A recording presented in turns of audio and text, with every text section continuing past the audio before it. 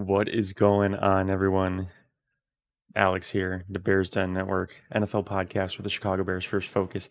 I'm here today to discuss the season finale, the final game of the 2024-2025 season for the Chicago Bears, and our final Victory Monday of this season. I didn't think that we were going to get another Victory Monday with how the team had been looking, but really there's no better way. There's no better Victory Mondays than when it's after beating the Packers. Something that the Bears haven't done since 2018. Beating the Packers in Lambeau, something the Bears haven't done since 2015. Let's talk about this game. Let's talk about how important this game is for the Bears going into the offseason. Let's talk about how this win is fracturing the Packers. This was an important game. This was a very important game. And there's people that will say, oh, it was a 4-win team against a team that's already in the playoffs. No. It's the biggest rivalry in all of sports. It's two teams that hate each other. It's a team that's eliminated from the playoffs that wants redemption for the win that they should have had weeks ago versus a team that's fighting for the 6th seed instead of the 7th seed. The Bears wanted to win this game. And this was the most fight that we had seen from the Bears in weeks, in probably over a month. It's shocking, honestly, that this Bears team scored 3 points a week ago against the Seahawks. And then they did this against Green Bay. Green Bay was a fingertip away from going 0-6 in the division this year, from the Bears sweeping them. My feeling on the game is fantastic. Feels great. Because this showed growth. Think about this if you're a Bears fan. This had everything in it for a standard Bears-Packers game. Bears are winning. They're looking good. Then all of a sudden, fourth quarter, they start melting down. Packers quarterback, in this case, it was Malik Willis, throws up a Hail Mary jump ball. And it's, of course, caught, right? Then the Bears have the ball with 3 minutes left to go take the lead again, and DJ Moore fumbles the ball. And it's like, oh man, like, here we go again. It's the same story that it always is. But with Caleb Williams, it's different. Because in the past, when those things would start to domino, right? The negative plays, the big deep shot getting caught into the fumble. In the past, the Bears wouldn't be able to come back from that. Right? They would get the ball back with 50 seconds left, and a pick would occur, another fumble would occur, a bunch of penalties would occur, and that would be it. The game would be over. But twice now this season, Caleb Williams has been put in this exact same position. This game was eerily similar to the first game against the Packers this year. Bears have a lead, 4 or 5 minutes left in the fourth quarter. They blow it. Caleb has a chance to go win it. And in the first matchup, Caleb did put the team in a position to win the game. Packers just blocked the field goal. Here we go. He gets the ball with 50 seconds left. Down the field he goes.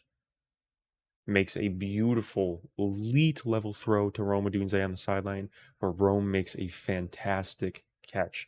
And he shows you why he was drafted where he was drafted. And then there's, a penalty, a legal shift, and it's like, this is the Bears. They're not learning. They're making the same mistake. But he overcomes that. And he tells DJ Moore, if they're pressing you, run a go route, you're getting the ball. If they're covering you this way, run a 5-yard slant. And I'm going to get you the ball. He said that in the huddle. And that's what he did. And they got in field goal range. And they won the game. Twice now, Caleb Williams has done that against the Packers. They just didn't get the win the first time. So I'm feeling fantastic. And we look at the stats of the game, right? The stats don't tell the entire story. But Caleb, 21 of 29, 148 yards, 1 touchdown. And you look at the yards and you're like, man, that's that's an underwhelming game. But when it's 7-8 degrees, it's hard to throw the football. They're trying to establish the running game a bit. DeAndre Swift had 20 carries. Their game plan was obviously to kind of keep the passing game short for the majority of the game. That's what's going to happen, right? The yardage isn't going to be insane. 20 carries for DeAndre Swift, 65 yards, 3.2 a carry. Caleb had 10 on the ground. DJ Moore, 86 yards, one of his best games of the season. Had a fantastic touchdown, a huge touchdown that we needed. And it's like, this game showed that the Bears actually are close, that the roster can compete with the teams in the playoffs. Because we had seen it earlier in the year, but then when they started struggling a month ago or 2 months ago, it's like, man, maybe the team isn't really that close. But then here they are. Here they are fighting. Finally, you can tell that this game meant more to the players than the previous games. This team did not have the same level fight last week against Seattle as they did yesterday. They wanted this win. They wanted to stick it to Green Bay. They felt like they had a game stolen from them at Soldier Field earlier in the year, and they fought. And they fought hard, and they came back, and they overcame. We look at the Packers stats. Malik Willis, 10 of 13, 136 yards. Played a pretty decent game, I thought. Jordan Love, 7 of 12, 69 yards. And look, people are going to come on here and say, Jordan Love left the game. You're playing against a backup quarterback, right? Christian Watson went down. You're playing against backups. Every team has injuries. The Bears have plenty of injuries. And Jordan Love wasn't doing anything yesterday against the Bears. The Packers actually looked better yesterday when Malik Willis came into the game. And that's not me trying to sit here and be biased or try and, build up this win. I'm not going to discount the Bears win. You play who's on the field. Every team has injuries. But Jordan Love had 3 points yesterday. The Packers had 3 points with Jordan Love in the game. And he played, a quarter and a half? They finished with 22 points. Malik Willis was decent yesterday. He was not bad. This game had implications, right? This was a bigger game than just the last game of the season for the Bears, right? The Bears were going in to try and make Green Bay the 7th seed. And yes, Washington ended up winning and it didn't matter. But they don't know that during the game. They're going to play and they're going to try and sabotage their biggest rival. But more importantly, it was important for the Bears. They needed to win this game for themselves, for the players, for Thomas Brown, for the front office, for the ownership. They needed to win this game to snap all of these terrible streaks that they had going on, whether it was games, winning against the Packers, whether it was winning in Lambeau Field, whether it was winning a damn game this season. You don't want to go into next season, with the media saying, the Bears are on an 11-game loss streak. When are they going to get their first win? The Bears are on an 11-game loss streak dating back to October of 2024. When are they going to get their first win? No. You get the win. You end on the high note. You end with the late fourth quarter game-winning drive so that you can go into the offseason on a win. And some of you might think that that doesn't matter, but let me tell you this. 3 years ago, Detroit was in a position that Sunday to potentially make the playoffs. They then were eliminated, and Green Bay had a chance to make the playoffs. And they eliminated Green Bay. They went into Lambeau, eliminated the Packers from making the playoffs, Aaron Rodgers, and they got a massive win. And that kickstarted their dominance over the NFC North that we've seen over the last 2 years.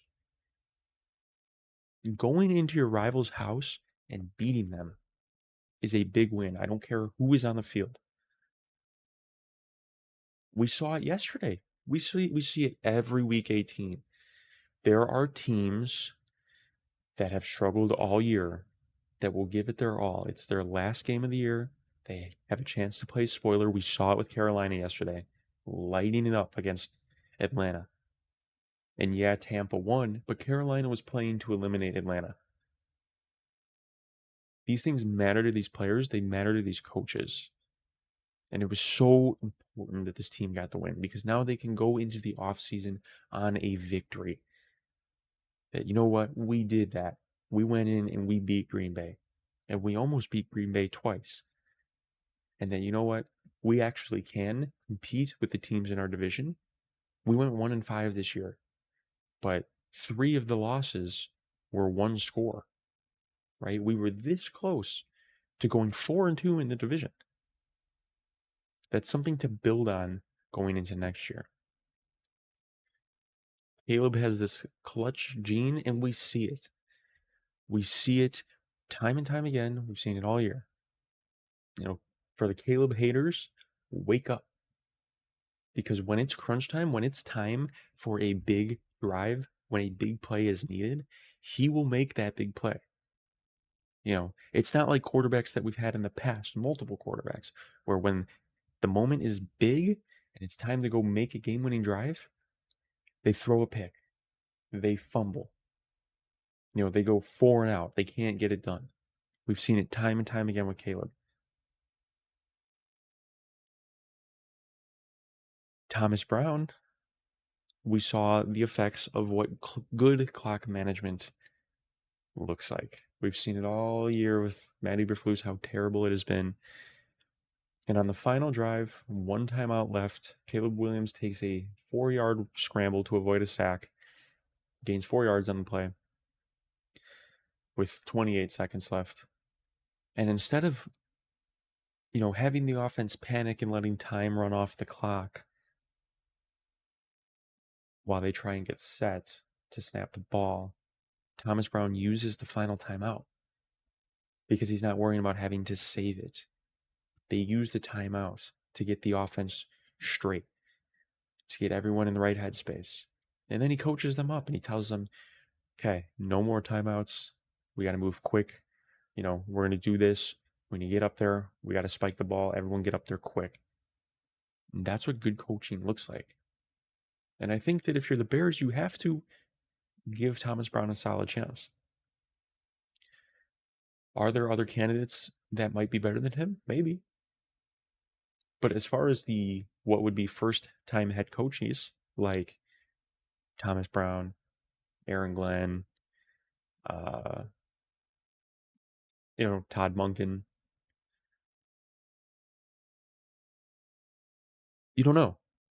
You don't know if they would be better than Thomas Brown, who's been working with Caleb Williams, right? Now, would it be better to bring in a, experienced head coach? That's a conversation we'll have for a different day. But with this win, Thomas Brown has to be given a shot. Because Matt Eberflus didn't beat the Packers. He was 0-7 against Green Bay. Matt Nagy struggled against the Packers. He beat them once in 2018 to clinch the division. Beating the Packers is big. My father all season was saying, there's 2 things that I care about this season. These were his words. I don't care how the season goes. I want to see Caleb Williams develop, and I want to beat the Packers. That's it. Those are the 2 most important things. Because beating Green Bay shows growth. Beating Green Bay gets the monkey off your back. It gets rid of that stupid ownership stuff that we're all tired of hearing as Bears fans. Caleb Williams is now the owner of Lambeau Field until further notice. He's undefeated there. That's the way it is. You want to play the game, you got to take it too.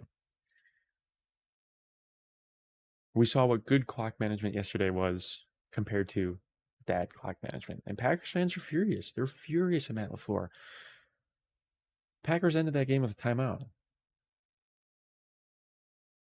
Could have potentially iced Cairo Santos. They're furious that Matt LaFleur on the drive before, right before Green Bay took the lead, was running hurry up offense and not wasting as much time as possible, which gave the Bears enough time to drive down the field and win the game. And then calling a timeout because he wasn't sure if he wanted to go for it or if he wanted to kick the field goal. So you saw what good coaching in yesterday's instance was versus bad coaching. And I'm not going to sit here and, try and argue that Thomas Brown is a better coach than Matt LaFleur because we know how good of a coach Matt LaFleur is, and Thomas Brown has been a head coach for 5 games, right? I'm not trying to say that at all. But in the specific game yesterday, Thomas Brown outcoached Matt LaFleur. So it was a big game. And yes, I see it online. I've seen it a ton the past 24 hours. What time do the Bears play next week? In 1 week, the Bears will have the same amount of wins as the Green Bay Packers. They just got to play an extra game. That's the way it goes. But the Packers and the Bears are actually way closer than the record shows. And as far as the NFC North goes, I would say there's a significant gap between Detroit and Minnesota. And then there's a big drop off. And then it's Green Bay and Chicago. So we'll see how that shapes up next year. The Bears are now on their head coaching search. They can do it with a win in mind. And they can go into next season fresh. New season. Don't have to worry about breaking streaks, getting a first win since October. It was an important win. It was a massive win. And it was the best win of the year. And I'm so grateful that they did it. And I'm so happy for the players. But most importantly, Caleb Williams. Because he fought his ass off all year. And he deserved this win more than any other quarterback in the league.